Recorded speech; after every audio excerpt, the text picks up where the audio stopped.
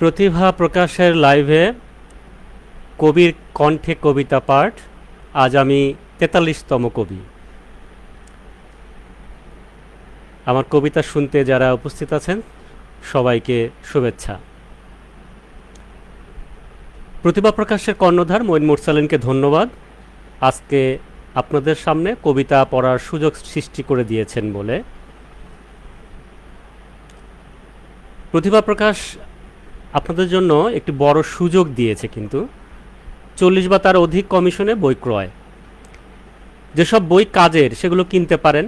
বইগুলো পরোক্ষ গুরু, কিন্তু বই পড়লে লেখার শক্তি বাড়ে।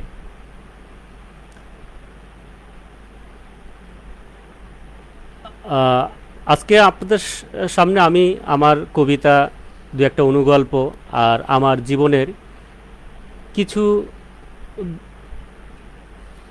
বিষয় নিয়ে একটু কথা বলবো।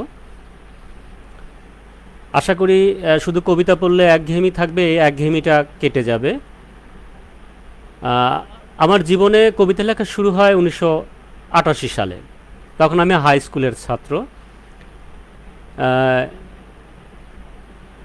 আমাদের স্কুলের সামনে একটা বিরাট বটগাছ ছিল, সেই বটগাছের নিচে একটা মাচা ছিল। তো টিফিনের সময় আমি সেখানে বসে এই ৪ লাইন ৫ লাইনের কবিতা লিখতাম আর একটা ছবি আঁকতাম। ওই ছবি রিলেটেড কবিতা। না বুঝতাম ছন্দ, না বুঝতাম অলংকার, শুধু বুঝতাম ভাব এসেছে। তারপর দীর্ঘদিন একটু একটু করে লিখতে থাকি।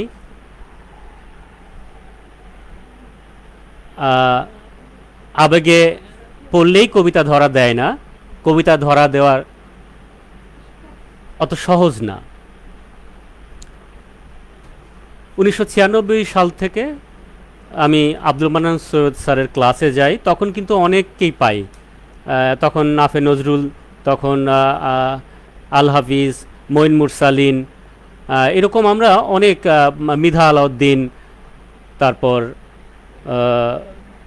বিভিন্ন বন্ধু, অনেকের নাম এখন মনে নেই। তারা আসতেন, কবিতা পাঠ করতেন, আলোচনা শুনতেন। তখন ওখানে আলোচনা খুব কঠিন আলোচনাও হতো। তো এরপরে আমি তখন অনার্সে পড়ি জগন্নাথে। সুকুমার বড়ুয়া, আল মাহমুদ, শামসুর রহমান, সৈয়দ শামসুল হক, তো এদের কাছ থেকে কাব্য শিক্ষা নিতাম। নিতে নিতে এত দূরে এসেছি, চেষ্টা চালিয়ে যাচ্ছি একটা কবিতা লেখার জন্যে। আপনারা অধীর আগ্রহে বসে আছেন আমার কবিতা শোনার জন্যে। আমি একটু একটু কথা বলবো, একটু একটু কবিতা পড়ব। আমি প্রথমে একটা ছড়া দিয়ে শুরু করছি। ছড়াটি আমার সাহিত্য জীবনকে ঘিরে।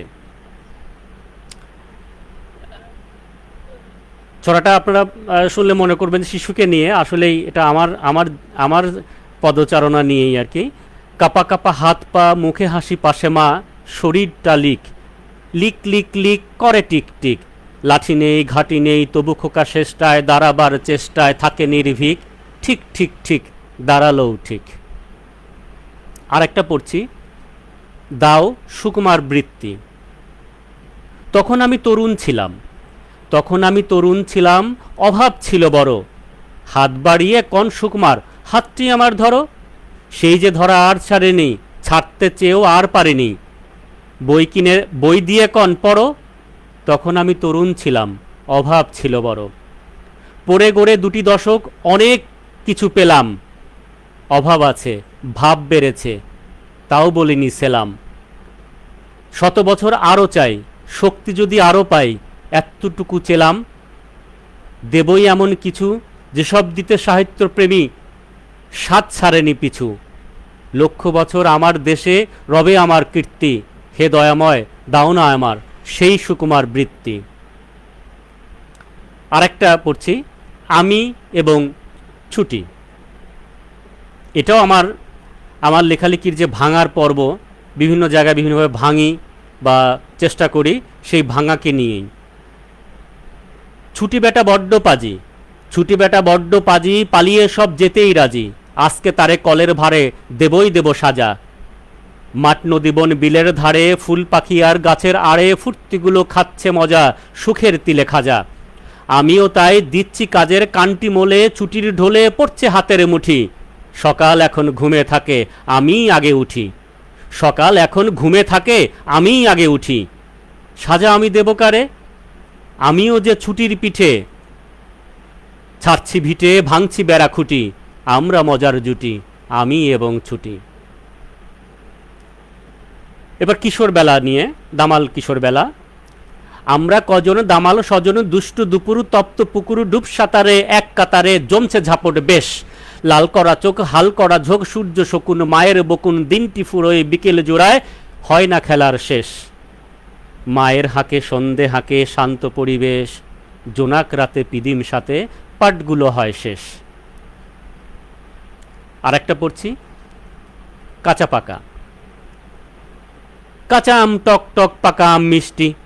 কাঁচা আম টক টক, পাকা আম মিষ্টি। কাঁচা ইটে ভয় হয়, বাড়ি যদি ক্ষয় হয়, তাই পাকা ইট চাই। কাঁচা মাথা ঠক ঠক, পাকা মাথা ইষ্টি। কাঁচা ভিতে ভয় হয়, দেশ যদি ক্ষয় হয়, তাই মাথা ফিট চাই। আরেকটা পড়ছি, পদ্মা পাড়ের গা। পদ্মা নদীর বাঁকে বাঁকে থোকা থোকা গা, দেখে যেন মনে লাগে পালতোলা স্বপ্না। ফুরফুরিয়ে ঘুরঘুরিয়ে ব্যস্ত পালের নাচ, ভুল হয়ে যায় দৃশ্যগুলো লম্বা তালের গাছ।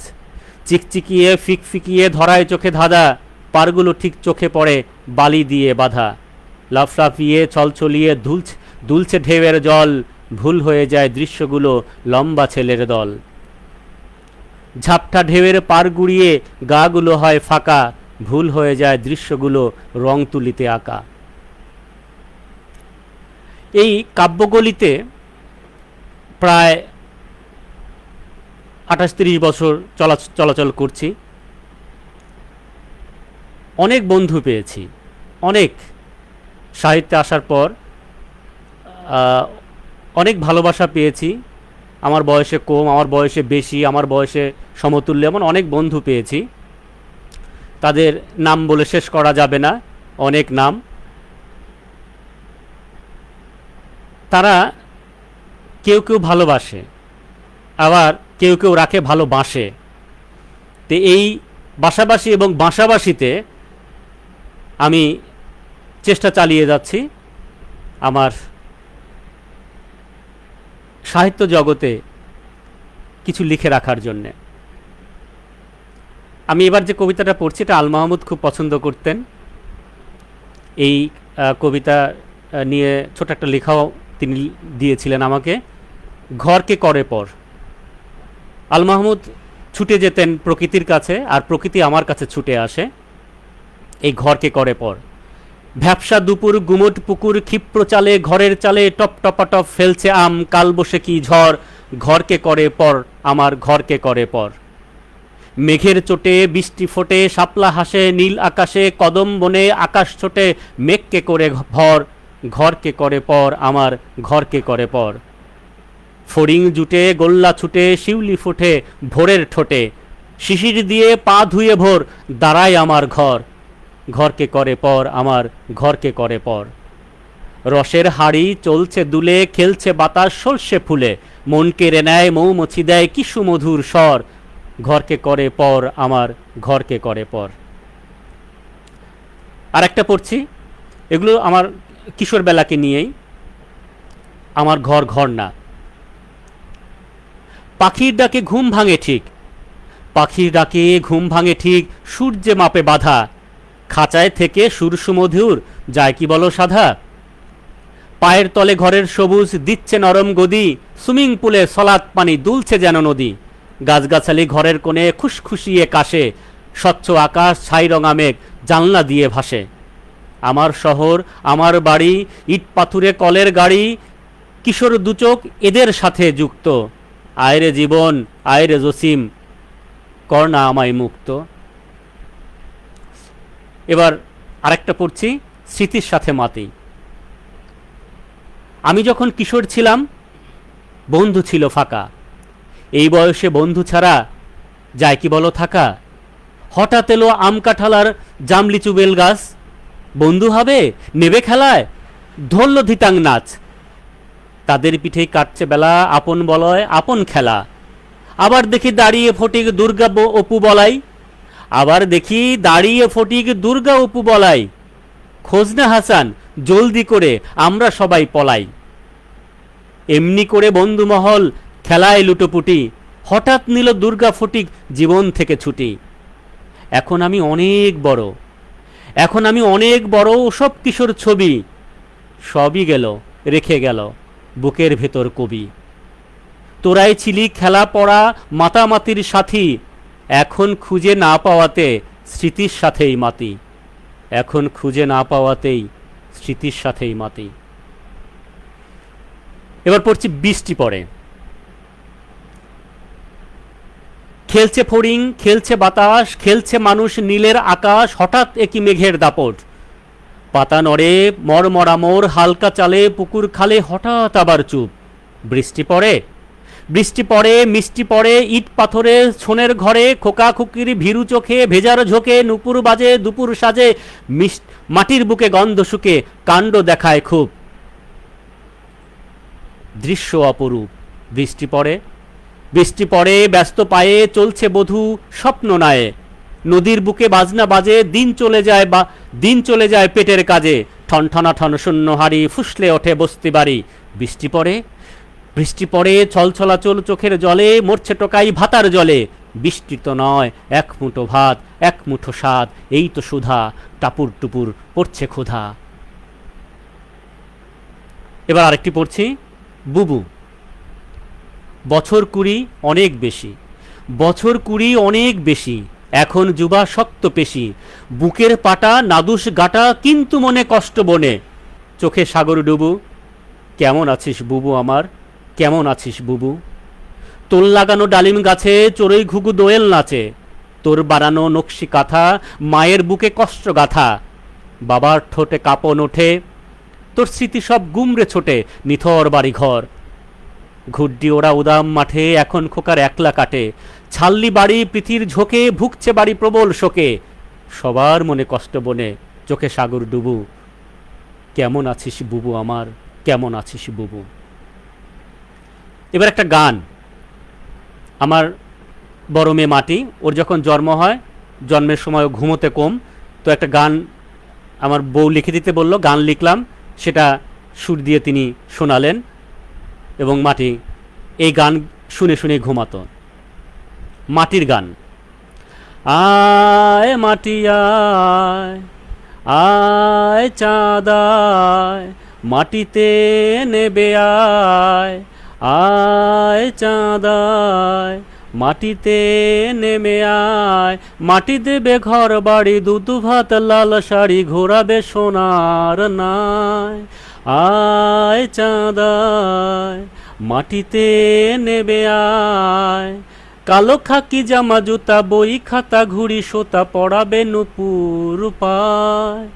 আয় চাঁদ আয়, মাটিতে নেমে আয়, মাটি দেবে তাল পাখা মার চুম্মায়া মাখা বসিয়ে আঁচল ছায়। আয় চাঁদ আয়, মাটিতে নেমে আয়, আয় চাঁদ আয়, মাটিতে নেমে আয়। অনেকেই আমার সাথে আছেন, আপনারা আমার কবিতা শুনছেন। আমার সারা জীবনের এ পর্যন্ত যত সাধনা করেছি, যত চেষ্টা করছি লেখার জন্যে, আমার আনন্দ যেন আপনাদের সাথে ভাগ করে নিতে পারি, আমার কষ্ট যেন আপনার সাথে ভাগ করে নিতে পারি, সেই সব বিষয় নিয়েই। কারণ প্রতিটা কবিতা, প্রতিটা ছড়াই, প্রতিটা অনুভূতি সবার সাথে শেয়ার করতে হয়। কারণ আমার বিষয়টাই, কবিরা যেহেতু নিজের বিষয়ে অন্যের মতো করে লেখে, অন্যের বিষয় নিজের মতো করে লেখে। এবার আমি আরেকটা পড়ছি, আমার যখন ইচ্ছে করে। এটা আমার অনেকেরই প্রিয় এই কবিতা, অনেকেই আমাকে বলেছেন কবিতাটা তাদের প্রিয়। আমার যখন আসলে বাঁচতে ইচ্ছে করে না, কিন্তু কোনোভাবেই আবার আমি বেঁচে যাই, কারণ আমার সাথে যে বস্তুগুলো, যে দৃশ্যগুলো, যে মানুষগুলো থাকে, সেই মানুষের কারণে আমি মরতে পারি না। আমার যখন ইচ্ছে করে, আমার যখন ইচ্ছে করে মিশতে তারার ভিড়ে, ফুল পাখি আর সজনে মুকুল মায়ায় রাখে ঘিরে। আমায় যখন ইচ্ছে করে মিশতে তারার ভিড়ে, ফুল পাখি আর সজনে মুকুল মায়ায় রাখে ঘিরে। আমার যখন ইচ্ছে করে থাকতে না এক ওক্ত, নদ নদী আর চাঁদের আলো বাঁধন করে পোক্ত। আমার যখন ইচ্ছে করে ছিঁড়তে আপন দড়ি, পথিক বাসি সর্ষে কুসুম প্রাণে লাগায় জড়ি। আমার যখন ইচ্ছে করে সকল ফেলি চুকে, মায়ের কথা মাটির সুবাস জড়ায় আপন বুকে। এবার আমার মাকে নিয়ে দু একটা কবিতা পড়ব। আমার মা আমার কবিতা লেখার প্রথম অনুপ্রেরণা। মাই আমার শক্তি দিয়েছেন লেখালেখির। এরপর আমার মামা, যার কথা না বললেই নয়, তার নাম মাহবুব ইসলাম। তো তিনি 1996 সালে হঠাৎ বললেন, তখন আমি জগন্নাথে অনার্সে পড়ি, কবিতা লিখবি আর কবিতার ক্লাস করবি না, এ তো হয় না। মগবাজার ডাক্তারের গলিতে বাংলা সাহিত্য পরিষদে আব্দুল মান্নান সৈয়দ ক্লাস নেন, সেখানে যা। ওখানে যাই, একটু একটু করে কবিতা নিতে থাকি তার কাছ থেকে। আলোচনা তিনি করেন, অবাক হয়ে শুনি। এখনও যে কোনো ক্লাস যে কোনোভাবেই কবিতা লেখার চেষ্টা করি, কবিতার ক্লাসে যাই, কবিতা পড়ি। আরও একজনের নাম না বললেই নয়, তিনি আনিসুল হক। 90 দশকে উনি আমাকে, আমি তখন পল্টনে থাকতাম, পল্টন থেকে আমাকে নিয়ে গেল চাষারায়। আমি তখন তার গাড়িতেই গেলাম। আমি বললাম যে আমি লেখক হতে চাই, কবি হতে চাই। তিনি বললেন যে একটা সূত্র দেব, চলো। তো ক্লাস শেষ, 1.5-2 ঘন্টা ক্লাস হয়ে গেল। তারপর আমি মাঝে মাঝে বলি যে আমার সূত্রটা দেন। তিনি শেষে সূত্র দিলেন, সুন্দর করে বোর্ডে লিখে দিলেন, লেগে থাকো। ওই লেগে আছি, এই বড় সূত্র নিয়ে এখনও লেগে আছি, আজীবন লেগে থাকবো। যত কষ্ট থাক, যত কিছুই থাক, আমি কবিতা নিয়েই থাকবো। আমার মাকে নিয়ে প্রথম বই, কবিতার নাম প্রথম বই। নদীনালা পথঘাট সব কিছু চিনি, নদীনালা পথঘাট সব কিছু চিনি, এই আমি ভালো আছি অবদানে যিনি। সেরা হয়ে বুকে থাকে জ্যোতি জলাশয়, ভালো কাজে উপদেশে আদিতম বই। মুখে ভাষা বুকে আসা যার থেকে পাই, আশা ভাষা ভালোবাসা তুলনা তো নাই। এই মুখে যাচা বলি তার থেকে শুরু, মাগো তুমি সেরা বই আদিতম গুরু। এবার আর একটা বলি, মা ও মা মাগো, মা ও মা মাগো, সবাই আপন, একটুখানি মান অভিমান করলে দাবি, দেয় না কিছু নেয় না কাছে, ভেঙচে বলে ভাগো। মা ও মা মাগো, তাদের আদর শুকনো থাকে, তোর মমতা এঁটেল দোআঁশ কিংবা বালি, একই থাকে পেলে পানি, তোর হাসিমা সবুজ পাতা মধুমাগার আগো। ও মা মাগো, সবার চোখেই ঘুমের পুরি, সবার চোখেই ঘুমের পড়ি, তোর চোখে মা ঘুমো মরা, মরা কটাল প্রাণ পেয়ে যায় জরা, তোর আশিসে বিষহারা হয় নাগো। মা ও মা মাগো। আর একটা পড়ছি মাকে নিয়ে। মা তোর স্বর্ণ মাখা মুখ, মাগো তোকে আজকে বড় দেখতে ইচ্ছে করে, মাগো তোকে আজকে বড় দেখতে ইচ্ছে করে, বৃষ্টি মাখা সারা সকাল তোর কথা মা শুধুই মনে পড়ে। এমন শব্দ কেন মা আমার কান থেকে না সরে, বৃষ্টি নামা কানের গোড়ায় চাল ফটাফট করে, গায়ে দোয়ানোর শব্দে মিশে মন করে সাঁই সাঁই, মনটা পড়ে বুকটা পড়ে তুই মাগো আর নাই। যেখানটাকে চোখ পড়ে মা তোকেই খুঁজে পাই, মনের ঘরে জং ধরেছে ধূসর চোখে ছায়া, মনের ঘরে জং ধরেছে ধূসর চোখে ছায়া, কি দিয়ে মা বাদলে হৃদয় কাল্লি বুকে মায়া। জীবন ভাঙে বয়স ভাঙে, ভাঙে মাগো মুখ, তবু তো মা ভাঙে না তোর স্বর্ণ মাখা মুখ। জীবন ভাঙে বয়স ভাঙে, ভাঙে মাগো বুক, তবু তো মা ভাঙে না তোর স্বর্ণ মাখা মুখ। মাকে নিয়ে আর একটি কবিতা। দেখ তো মাই চোখের ভেতর কার ছবিটা ভাসে, ডানে ভাসে বাবার ছবি, বামে মাগো তুই, চোখের ভিতর চোখের গভীর পূর্বপুরুষ সবুজ শ্যামল ভুঁই, দোয়েল কোয়েল ময়না টিয়ে ইলিশ পুটি রুই, যাকেই বলি আপন কেবল বলে মাগো তুই। আমি যখন খুঁজি মাকে কিন্তু চোখে কি ভাসে, তুই কি রে মা আছিস নিয়ে অন্য কোনো বেশ, খুঁজলি তোকে পাচ্ছি কেন সোনার বাংলাদেশ। অনেক তো মাকে নিয়ে পড়লাম, এবার একটা বাবাকে নিয়ে পড়ি। বাবা তোমায় বড্ড ভালোবাসি। আমার বাবা 80 বছর বেশি বয়স হয়ে গেছে। এখন এই করোনায় তিনি সুস্থ আছেন, আপনারা দোয়া করবেন তিনি সুস্থ থাকবেন, কিন্তু তাকে এ পর্যন্ত বলতে পারেনি মুখে, বাবা তোমাকে ভালোবাসি। তাই কবিতায় তাকে বলছি, বাবা তোমাকে ভালোবাসি। রাজ্য জয়ে সতেজ পেশি, রাজ্য জয়ে সতেজ পেশি, অর্থ লাগে বুদ্ধি বেশি। বাবা তোমার মনটি জয়ে আর কিছু না লাগে, শুধু লাগে মানুষ গুণ। কি দিয়ে যায় জীবন গড়া, হয়নি বাবা সেসব পড়া। তোমার থেকেই যা যা পেলাম, কম কি বেশি হয় পরিমাণ, যেমন লাগে নুন। আমার দুপায় তোমার গতি, আমার চোখে তোমার জ্যোতি। বলি বলি করে বাবা আজকে তুমি আসি, তোমার জন্য বুকে জমা, হয়নি প্রকাশ করো ক্ষমা। আজকে তোমায় বলছি বাবা বড্ড ভালোবাসি, আজকে তোমায় বলছি বাবা বড্ড ভালোবাসি।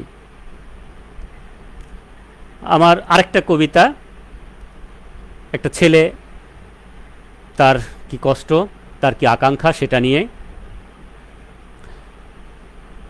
একটি ছেলে স্বচ্ছ ভরে সবুজ ধরে আঁকত বিশাল মাঠ, একটি ছেলে স্বচ্ছ ভরে সবুজ ধরে আঁকত বিশাল মাঠ।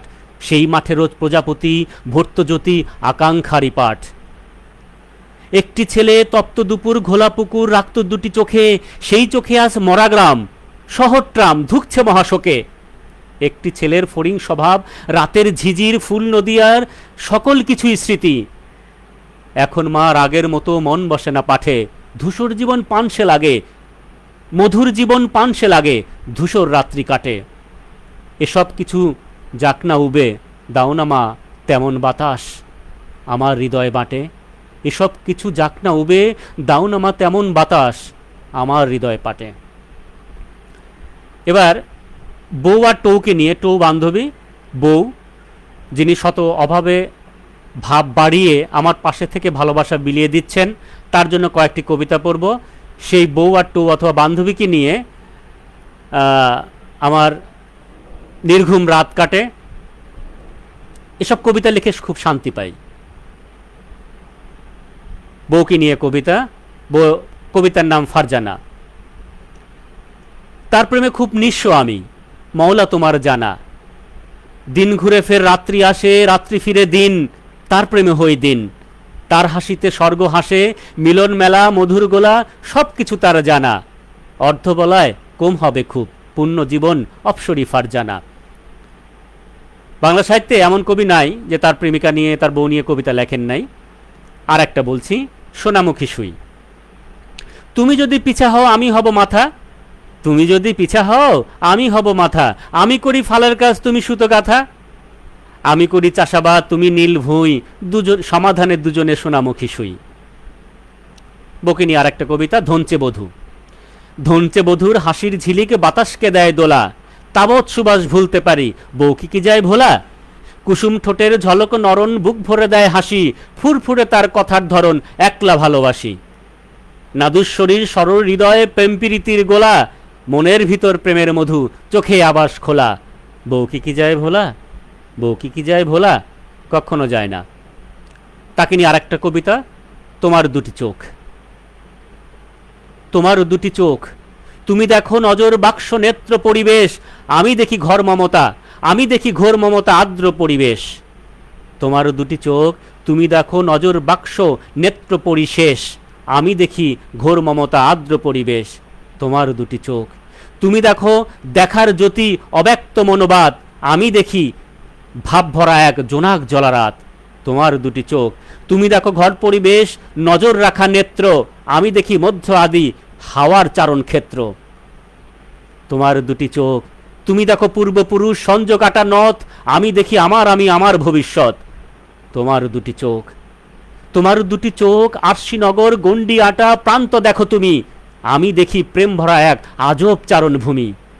তোমার দুটি চোখ, তুমি দেখো এই আবেশেই তোমার সকল শেষ, আমি দেখি সকল শুরু লক্ষ্যধ্বনির রেশ, আমি দেখি সকল শুরু লক্ষ্যধ্বনির রেশ। আর একটা কবিতা তাকে নিয়েই, তিনি যাই হোক তবু আমার কাছে যে মনে হয়, তিনি যত ভালো যত খারাপই হোক তবু আমার কাছে যা মনে হয়, তবু মনে হয়, তবু মনে হয় তুমি আমার কলাপাতা মোড়ানো সোহাগ, তবু মনে হয় তুমি আমার কলাপাতা মোড়ানো সোহাগ। হাঁড়িতে ভিজিয়ে রাখা চিতই পিঠা, ভোরবেলার দোয়েল শীষ, কিংবা ধরো সর্ষে ইলিশ, তবু মনে হয় তুমি আমার ক্ষতঘায়ে একটু মলম, ছেঁড়া স্থানে রিপু করা তালি। তুমি ফুটন্ত ফুল আর আমি নিঃস্ব মালি। তবু মনে হয় আমার বুঝি হচ্ছে কোথাও ভুল, বহুব্রীহির সাথে ফুটন্ত এক ফুল। তবু মনে হয় তুমি আমার ক্ষতগায়ে একটি মলম, ছেঁড়া স্থানে রিপু করা তালি। তুমি ফুটন্ত ফুল আর আমি নিঃস্ব মালি। এবার আর একটা কবিতা পড়ব, যে আমার জীবনকে ছাড়ছে না, আটকে লেগে আছে, সব সময় আমার সাথে থাকে, অনেক বছর ধরে আমার সাথে আছে, কপালে থাকলে এটাও সম্ভব। কবিতার নাম ছেঁড়া স্যান্ডেল। ফটফট শব্দের স্যান্ডেল চলে, বয়স হলেও স্যান্ডেল পরা শিখিনি। খাওয়ার শব্দে ঘরের তৈজসপত্র বিরক্ত, আর স্যান্ডেলের শব্দে পাকা মেঝে। স্যান্ডেল বলছে, আমাকে এত ভালোবাসো, আমাকে ছাড়া আমাকে আর কতবার তালি দেবে? তাই তো, এক স্যান্ডেলে আর কতবার তালি দেয়া যায়। বুড়ো আঙ্গুলের শক্তি বেশি, শক্ত হলে শক্তি বাড়ে। এই সমাজে আর কতকাল এমন জীবন, এই সমাজে আর কতকাল এমন জীবন। একে একে সব চলে যায়, শুধু যায়নি ছেঁড়া স্যান্ডেল। কপালে থাকলে এও সম্ভব। এবার করোনাকালে লেখা একটি ছড়া পড়ব। আসলে করোনা নেই, কিন্তু প্রভাব রয়ে গেছে। অন্ন ছাড়া, ছড়ার নাম অন্ন ছাড়া। সকল ছাড়া যায় চলা যায়, মামা খালু ভাই দুলা ভাই বউ পোলাপান বন্ধু ছাড়া, আমার পাশে থাকে যারা, সকল ছাড়া যায় চলা যায়, আপন আবাস স্বপ্ন ছাড়া, এই জীবনে ঠিক পদবি ছন্ন ছাড়া। কিন্তু ও ভাই না চলে না এক বেলাও না অন্ন ছাড়া। কিন্তু ও ভাই না চলে না একদিনও না অন্ন ছাড়া। এই পৃথিবীতে আমি একাই আসি, একাই যাব। আমি যত উপরে উঠি অথবা যত নিচেই নামি, আমার যত কষ্ট বা আমার যত যন্ত্রণা, এর দোষ আমার একারই, আমি কাউকে দেই না। একজন কবি দোষ করতে করতে এভাবে কষ্ট নিতে নিতে তিনি মারা যান। অসমাপ্ত জীবন, অসমাপ্ত লেখা, কত অনাকাঙ্ক্ষিত, কত কাঙ্ক্ষিত জিনিস এভাবেই পড়ে থাকে। আর তিনি মনে করেন সবই আমার দোষ, কিছু না হলেও আমার দোষ, কিছু হলেও আমার দোষ, অন্যায় হলেও আমার দোষ, না হলেও আমার দোষ। আমার কবিতার নাম আমারই দোষ। আমার জীবন আমারই দোষ, অন্য কারো দোষ নাই। কর্ম দিলেও ভাগ্যে নাই, জীবন রসে জোশ নাই। কি আর বলো চাওয়া পাওয়া, দানের জীবন দানেই দেয়া, তবুও নেই রোষ নাই। সবটুকু দোষ আমারই, অন্য কারো দোষ নাই। এবার আর একটা পড়ছি, কাব্যপুরাণ। একটু পানি খেয়ে নেই।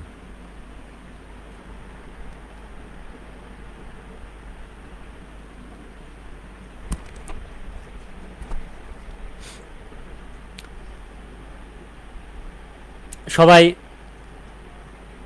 সুন্দর সুন্দর কমেন্ট করছেন, ভালো লাগছে আমাকে। আপনারা শুনছেন, আমার কবিতা শুনছেন, আপনাদের এই কবিতা ভালো লাগছে।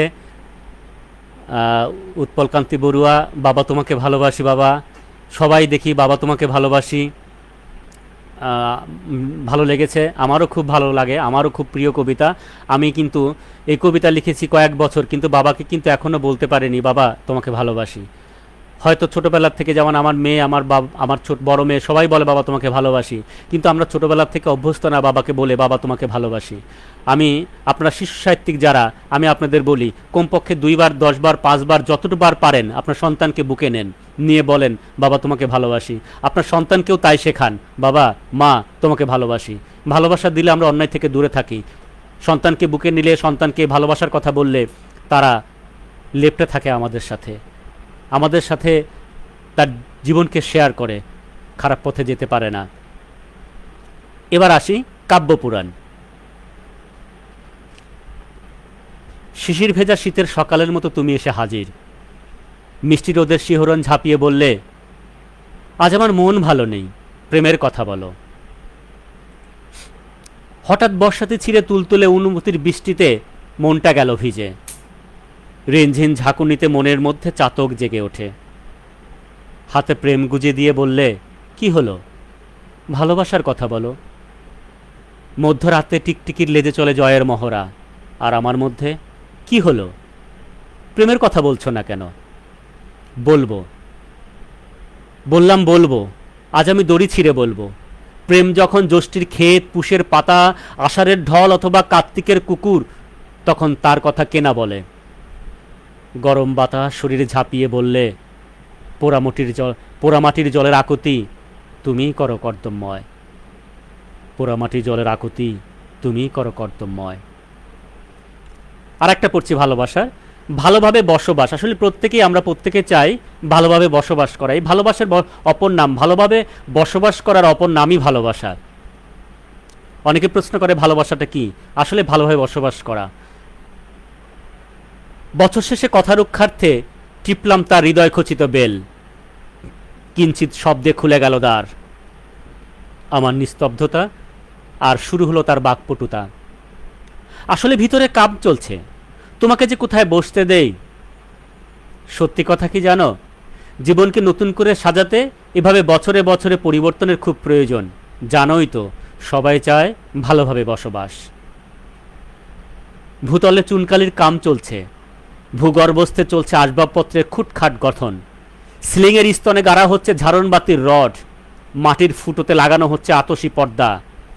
তোমাকে যে কোথায় বসতে দেই, গান শুনবে? রেকর্ড প্লেয়ার ছেড়ে দেই, রবির মিষ্টি গান। তুমি কি এখনো গান করো, না ছেড়ে দিয়েছ? আমার মুখ ফুসকে বেরিয়ে এলো, না। ছাড়নি, ভালো করেছ। গান জীবনের জন্য প্রয়োজন, খুব খুব খুব প্রয়োজন। তোমাকে যে কোথায় দাঁড়াতে দেই। নিতন্বে মোজাইকের কাজ চলছে, ঘরের কোণে কোণে বোনা হচ্ছে সুগন্ধি আতর, আর সন্ধিস্থলে পোতা হচ্ছে মানব, শুধু মানব ভবিষ্যৎ। তোমাকে যে কোথায় বসতে দেই। তুমি না ভালো লিখতে, ছেড়ে দিয়েছ। আমাকে নিয়ে লেখা মনে নেই? এখনো কি ওগুলো বুকে তুলে রেখেছ? পুনরায় বললাম, এ কাজ ভালো করনি। বেদনা পুষে লাভ কি বলো? বেদনা তো কখনো সুখের পরশ হতে পারে না। আমি মৃদু করে একটু হাসলাম। আবার বাকপটুতা। ও, আসল কথা তো বলাই হয়নি, পরিচয় করিয়ে দেই। ইনিই নতুন জমিদার আমার অনাবধি জমির। এবার 50 নামে একটা কবিতা পড়ছি। আমার বয়স 50 হবে, এবছর সেপ্টেম্বরে আমার বয়স 50 হবে। তো সেই 50 নিয়ে আমি লিখলাম। এই কবিতাটা আমার মা পাঠ করবে আমার বয়স যেদিন 50 হবে সেই দিন। 50। পানমুখে মা বলেন, খোকা খুব চেয়েছি মানুষ হবি। পানমুখে মা বলেন, খোকা খুব চেয়েছি মানুষ হবি। মানুষ হলি, আর হলি তুই কবি। আজ খোকা তুই অনেক বড়, গুণী মানুষ হলো জড়ো। করলো তোকে ফুলে ফুলে বরণ, যদিও তোকে করলো বরণ, কিন্তু হলাম আমি স্মরণ। করলি খোকা খুব ভালো কাজ, তাই তো মানুষ পড়ালো তাজ। আজ আমি খুব সফল মার, তুই যে আমার গর্ব। তোর জন্যে আজ অমর হলাম। মায়ের কাছে আজ খোকা তুই কেমন জিনিস চাস? পাখি দেখা ভোর, ফুল নদী আর হাটে বসা বায়োস্কোপ, উদম করা সবুজ মাটার বাতাসের ছুটাছুটি, উঠোন ভরা বর্ষা বাদল কিংবা হাঁটুর জল, কচুর পাতায় পানির নাচন কিংবা ঋতুর ফল। কোন চাওয়া তোর মন ভরাবে, বল না খোকা বল। নিকেল করা বিকেল কিংবা উদাস ঘন বনচাষ, ওসব আবার আসুক ফিরে দিক ভরে তোর 50। ওসব আবার আসুক ফিরে দিক ভরে তোর 50। এবার আরেকটি কবিতা, কবিতার নাম মাটির মানুষ। আর একদিন সবই আমরা কবিতা করি, কিন্তু আমি জানি না, প্রায় শেষ, আমি আরও 2টা মতো আছে। আমি জানি না যে আপনাদের কতটুকু ভালো লাগছে। আমার জীবনের অর্ধেকটা দিয়েছি আমি সাহিত্যের জন্যে। যদিও আমার প্রবন্ধের বই 50-এর ঊর্ধ্বে বই, প্রবন্ধের বই বেশি, কবিতা আর গল্পের বই খুব কম। কবিতার বই মাত্র 2-3টি। আমি খুব কম কবিতা লিখি। যত লিখি তার থেকে কম প্রকাশ করি। কবিতার বই, কবিতা আমার হৃদয়ের জিনিস, তো হৃদয়ে রেখে দেই আমি। নিজে পড়ি, নিজে হাসি, নিজে কাঁদি, নিজেই আপ্লুত হই, নিজেই আবেগতাড়িত হই। কবিতার নাম মাটির মানুষ। আর কতদিন সইব বলো তাদের দেয়া যন্ত্রণা, আমি তো ভাই মাটির মানুষ, মেশিন কিবা যন্ত্রণা। আর কতদিন সইব বলো তাদের দেয়া যন্ত্রণা, আমি তো ভাই মাটির মানুষ, মেশিন কিবা যন্ত্রণা। শরীর কিবা পেটে মারো, কঠিন তবু সওয়া যায়, কি জানি ভাই মনের দেহ তুলোর গুতায় হুমড়ি খায়। কেউ এসে কয় চোখের মণি, কেউ এসে কয় ধান্দাবাজ, কেউ বা ছড়ায় ধুন ফুনানি চোখের মাপে আন্ধারাজ। চলতি পথে কেন ছিটাও কেচোর গায়ে নুনের ছিটা, তোমার ক্ষতি থোড়াই হলো, আমার আমার ভাঙে মনের ভিটা।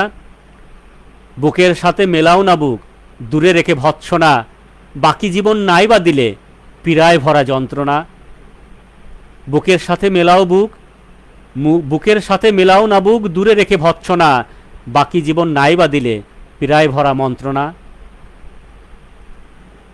লাস্ট কবিতা, এই আমি কবি এক। এটাও আমার একটা কবিতা। লুইপা, আমিও লুইপার মতো একজন নিঃস্ব কবি, বিশ্বকে জয় করার জন্য বসে আছি। এই আমি কবি এক। চোখে মুখে সুখ দেখো এ তো ভাব সূক্ষ্ম, চোখে মুখে সুখ দেখো এ তো ভাব সূক্ষ্ম, হৃদ মাঠে হেঁটে যায় জলসম দুঃখ। সব কিছু তামা হয় আমি যদি থুই পা, এই আমি কবি এক আদিতম লুইপা। চারিদিকে সব আছে তবু আমি একা, নিজ মনে ধরে রাখি সব রূপ দেখা। মাঝে পুনঃ পুনরূপ সব ছায়া ধূপ, দেখে যায় লিখে যায় আমি নিশ্চুপ। সব কিছু তামা হয় আমি যদি থুই পা, এই আমি কবি এক আদিতম লুইপা। আমার কবিতা শেষ। আপনারা অনেকেই উপস্থিত আছেন, হাততালি দিচ্ছেন, আমারও ভালো লাগছে। আপনারা দেখছেন, সিদ্দিক আবু বকর আছে, ওয়াহিদ ওয়াসেক আছে, ফারজানা ইয়াসমিন আছে। আমার সামনে যারা যারা পড়ছেন তাদের নামগুলো বলছি। শামীম মিঠু আছেন, মঈন মুরসালিন আছেন, আমিনুল ইসলাম সেলিম আছেন। আমাকে শুনছেন আপনারা। আমি আর কবিতা শেষ করেছি, কিন্তু দু একটা অনুগল্প পড়ব আমি। অনুগল্প পড়েই আহমেদ জসিম ভাই আছেন, ধন্যবাদ গুরু, আমাকে শুনছেন এই জন্যে। আমি এবার একটা, অনেক তো লিখলাম, সাহিত্যের সব শাখায় আমি একটু বিচরণ করার চেষ্টা করি। যদিও আমার গুরুজন কেউ কেউ আমাকে বলে যে তুই এটা ভালো পারিস সেটা লেখ, কিন্তু আমি চেষ্টা করি তাদের কথা রাখতে, কিন্তু রাখতে পারি না, কারণ ওই লেখা আমাকে জাগিয়ে তোলে, লেখাই আমাকে বিভিন্নভাবে লিখতে সহযোগিতা করে, লেখাই আমাকে অনুপ্রাণিত করে লেখার জন্য। যেটা না লিখলে আমার মনে শান্তি আসে না। হয় কি না হয় সেটা পরের ব্যাপার, টিকবো কি না টিকবো সেটা পরের ব্যাপার, কিছু পাবো কি না পাবো সেটা পরের ব্যাপার। আমি নিজেকে এখানে একটু দিতে চেষ্টা করি। আমার গল্পের নাম ঝাল মরিচের লাল চামড়া। এটা আমার অনুগল্প, আমার কবিতারই আরেকটা রূপ। আমি রূপক, অনুগল্প তো রূপক কবিতার মতোই, বাক্য গঠন, এর বলা ভঙ্গি এবং অন্য কিছু প্রকাশ করা, তো সেভাবে কিছু কিছু গল্প লেখার চেষ্টা করেছি। আশা করি আগামী বইমেলা আমার একটা গল্পের বই বেরোবে, ছোট ছোট বাল্যকন্যা বিন্দু বিন্দু জল বইটার নাম। সেখানে আমার ছোট গল্প এবং অনুগল্পগুলো দিয়েই বইটা পাণ্ডুলিপিটা সাজানো হয়েছে। গল্পের নাম ঝাল মরিচের লাল চামড়া। বৃদ্ধের মতো সকাল 8টায় বিছানা ত্যাগ করলাম, নাস্তা না খেয়ে ভার্সিটির দিকে রওনা হলাম। মসৃণ সকাল, জিপিওর সামনে থেকে জগন্নাথের বাসে কিংবা মুড়ির টিনে আমাদের জগন্নাথের যে বাসটা চলতো, টিনের আকৃতির বাস, কলেজে যাই। প্রতিদিনের মতো আজও হেঁটে পল্টন চৌরাস্তায় আসতে চোখের সামনে একটি বাস রিকশার একটি পা কেটে পালিয়ে গেল। দৃশ্য চোখকে আটকিয়ে দিল। জিপের অনেকক্ষণ দাঁড়িয়ে থাকার পর গাড়ি এলো না। বৃষ্টি শুরু হলো। হঠাৎ একটি রিকশা আমার সামনে এসে দাঁড়ালো। রিকশার ছই থেকে মাথা একটু বের করে সুন্দর একটি তরুণী বলল, আরে তুমি, জগার বাস আসেনি? মেয়েটিকে চিনতে কষ্ট হচ্ছিল। অপ্রস্তুত হয়ে বললাম না। তবে আপত্তি না থাকলে মেয়েটি বলল, তবে আপত্তি না থাকলে এসো, আমিও ক্লাসে যাচ্ছি বলে সে ভরা মুখে হেসে দিল। বৃষ্টিতে ভেজার চেয়ে এমন সুযোগ গ্রহণ করা নিশ্চয়ই বোকামি নয়।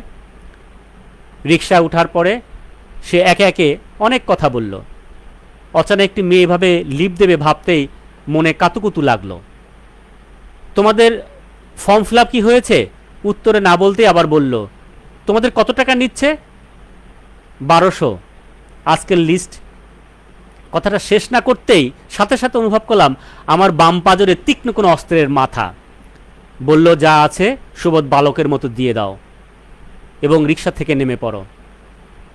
তার কথা ফেলতে পারলাম না। গুলিস্তানের মোড়ে নেমে পড়লাম। সুন্দর আলোয় এমন আচরণ সত্যি আমাকে ক্ষুণ্ণ করল। মৃত বৃক্ষের মতো দাঁড়িয়ে থাকলাম। বৃষ্টিও আমার মাথায় উপহাস করে জোরে ভিজিয়ে দিল। এবার আরেকটি গল্প পড়ছি, বৈরী। অনেকে বলে তড়িঘড়ি করে বিয়ে করা মানে কিছু গোপন করা। আসলে কি তাই? এসব যুক্তিতর্ক থাক, আসল গল্পটা বলি। আমার বন্ধু সুজন বিয়ে করবে বলে 27টি বসন্ত পার করে দিয়েছে। অবশেষে আজ তার বাসর ঘর। ঘরটি ফুরফুরে আচ্ছাদিত, পারফিউম সারা ঘর দাপিয়ে বেড়াচ্ছে। ঘোমটা খোলা, চোখাচোখি, দুধ খাওয়ার পর্ব শেষ। এবার লেনদেন। ওমা, লেনদেনের শুরুতেই কোণে চেঁচিয়ে ওঠে। তার চিৎকার শুনে কোণের ভাবিয়া দাদি ছুটে আসে। অন্যরা আসে না, তবে দূরে দাঁড়িয়ে অপেক্ষা করতে থাকে। নতুন কোণে দরজা খুলে বেরিয়ে আসে। ভাবিকে জড়িয়ে ধরে কান্না সুরে বলে, তোমরা কার সাথে আমার বিয়ে দিলে? একবারও দেখার প্রয়োজন বোধ করলে না? কি হয়েছে? আর কি দেখবো, একবার বলবি তো? দাদি ধমকের সুরে বলে। তোমরা ওর ফ্যামিলি, ওর ঘরে কোনো খোঁজ খবর নিয়েছো? এ কথায় দাদি তেমন একটা গুরুত্ব না দিলেও ওর শরীরের খবর নিয়েছো বলতেই দাদি যেমন আঁতকে ওঠেন, তেমনি সুজনও লজ্জায় জড়সড় হয়ে মাথা নিচু করে খাটের এক কোণে বসে থাকে। ভাবি সুজনের দিকে তাকালে করুণা হয়। এই বয়সে কি সুজন পৌরুষে অক্ষম? ধ্যাত ছাই, কি ভাবছি? ও মুসলমান না হিন্দু, তার কি খবর নিয়েছ? এবার দাদি বলে, ওরা যে হিন্দু তাতে কোনো সন্দেহ নেই, কারণ ওদের ঘরে ঠাকুরের ছবি দেখলাম। মুসলমানি দিয়ে আমার জন্ম, এটা কি আমার দোষ? সুজনের এমন ঝলক কথায় ঘর শুদ্ধ সবাই ঠান্ডা হয়ে যায়। গল্পের নাম সন্তান। শেফালির বিয়ে হয়েছে 8 বছর। এই 8 বছরে তাকে অনেক কথা শুনতে হয়েছে। গালমন্দ আর থাপ্পড় তার 3 বেলার খাদ্য। শেষে তালাকের পর গরিব মায়ের কাছেই আশ্রয়। মা একমাত্র গাছ, যার ছায়াস্থলে সবার আশ্রয় মেলে। মায়ের কাছে আসার পর শেফালি অনুভব করে সে পোয়াতি। বদনামের ভয়ে খবরটি সবাইকে জানিয়ে দেয়। আগে মিষ্টি যা শ্বশুর বাড়ি। স্বামী তাকে আবার বিয়ে করতে চায়, সে করে না। স্বামীকে বলে, ফল মানুষের হাতে থাকে না, থাকে আল্লাহর হাতে, যার জন্য ধৈর্য ধরতে হয়। যেদিন শেফালির ছেলে হয় তার আগের দিন সে একটি নারকেল গাছ পুঁতে রাখে ঘরের পূব দিকে। গাছটি প্রতিদিনই কড়া রোদ খায়। নারকেল গাছ আর সন্তানের যত্ন চলে সমান তালে। একসময় গাছের যত্ন নেওয়া বন্ধ করেন। গাছটি তাড়াতাড়ি ফলন দেয়। এই ফলনে মায়ের কষ্ট কমে, সন্তান মানুষ হতে থাকে। মায়ের তরুণ শক্তি দিয়ে সন্তানটি মানুষ করে। মায়ের বয়স 50 বছর। মায়ের সুখের সীমা নেই। সন্তান বড় হয়েছে, সে ঢাকায় থাকে, বড় ব্যবসায়ী, সংসার হয়েছে। ছেলে নাদের গ্রামে আর আসার সময় পায় না। মায়ের তেমন একটা খোঁজখবরও রাখে না। মা বেঁচে আছেন, শেফালি বেঁচে আছেন। 3 বেলা পেট ভরে খেতে পান, ভালো পড়তে পারেন, শুধু নারকেল গাছটির কারণে। গাছটি মানুষ হয়েছে।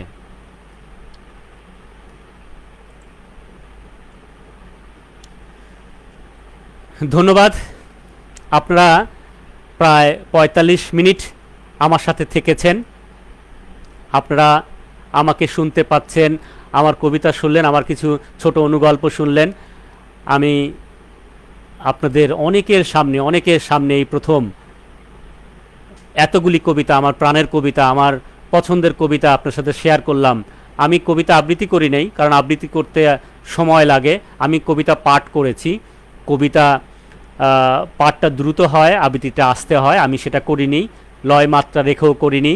আমি জাস্ট আমার মনের কষ্টগুলো কবিতা উপস্থাপন করেছি, সেই কবিতাগুলো আপনাদের সামনে উপস্থাপন করেছি। আশা করছি শিবলি ভাই, আমার আরেক বন্ধু, আমার পরম বন্ধু ইফতেখার হোসেন শিবলি, তিনিও আছেন। আমি আপনাদের কাছ থেকে বিদায় নেব। যেতে ইচ্ছে করছে না, আরও থাকতে ইচ্ছে করছে, কারণ কবিরা তো কথা বলতে চায়, আড্ডাবাজ, বেশি বেশি কথা বলতে চায়। তো আমি আপনাদের আবার বলছি, প্রতিভা প্রকাশ আমাদের প্রাণের প্রকাশ। প্রতিভা প্রকাশের সাথে আমি আছি জন্মলগ্ন, তার আগের থেকেই। মঈন যখন প্রতিভা প্রকাশের মানে তৈরি করেনি, যখন সে আমাদের সাথে আব্দুল মান্নান সৈয়দের ক্লাসে, তারপরে আল মাহমুদের ক্লাসে, শামসুর রহমানের সাথে আমরা গিয়েছি, আড্ডা দিয়েছি। তো সেই প্রতিভা প্রকাশ আমাদের সুযোগ দিয়েছেন। আমি আশা করব প্রতিভা প্রকাশ আরও ভালো ভালো কাজ এবং আমাদের উপস্থিত করবেন, এবং ভালো ভালো কাজ নিয়ে আমাদের সামনে উপস্থিত হবেন। এবং তার যে লেখালেখির মুন্সিয়ানা বা হাত, তার যে বই প্রকাশের যে বুদ্ধিমত্তা, তা আপনার তার ক্যাটালগ দেখলেই বুঝতে পারবেন। তিনি টিকে থাকার জন্য, আমাদের উপকার করার জন্য বিভিন্ন ধরনের বই, সেটা ব্যাকরণ বলেন, ছড়া কবিতার ব্যাকরণ বলেন, অথবা ফিল্মের চলচ্চিত্রের ব্যাকরণ বলেন, চিত্রনাট্য বলেন, ইতিহাস বলেন, লেখকদের লেখা নিয়ে সমালোচনা বলেন, বিভিন্নভাবে সেইভাবে বই প্রকাশ করে করে আমাদের লেখকদের পরোক্ষ গুরু হিসেবে উপস্থাপন করছেন। আমরা তো সরাসরি গুরু খুব কম পেয়ে থাকি, আমরা প্রত্যক্ষ গুরু খুব কম পেয়ে থাকি, কারণ এখন আগের মতো এরকম তো কেউ সময় দিতে পারেন না। তো এই জন্য আমরা এই পরোক্ষ গুরু বইয়ের উপরেই নির্ভরশীল। তা বই আমাদের অনেক ভালো রাখে, সুস্থ রাখে, এবং আশা করি মঈন কিছু বাড়তি পার্সেন্টেজ দিয়ে, 40 থেকে বা তার অধিক পার্সেন্টেজ দিয়ে আপনাদের বই কেনার জন্য সুযোগ করে দিয়েছেন। আপনারা প্রতিভা প্রকাশের সাথে থাকবেন, কবির কণ্ঠে কবিতা পাঠের সাথে থাকবেন। আমরা যতদিন শুধু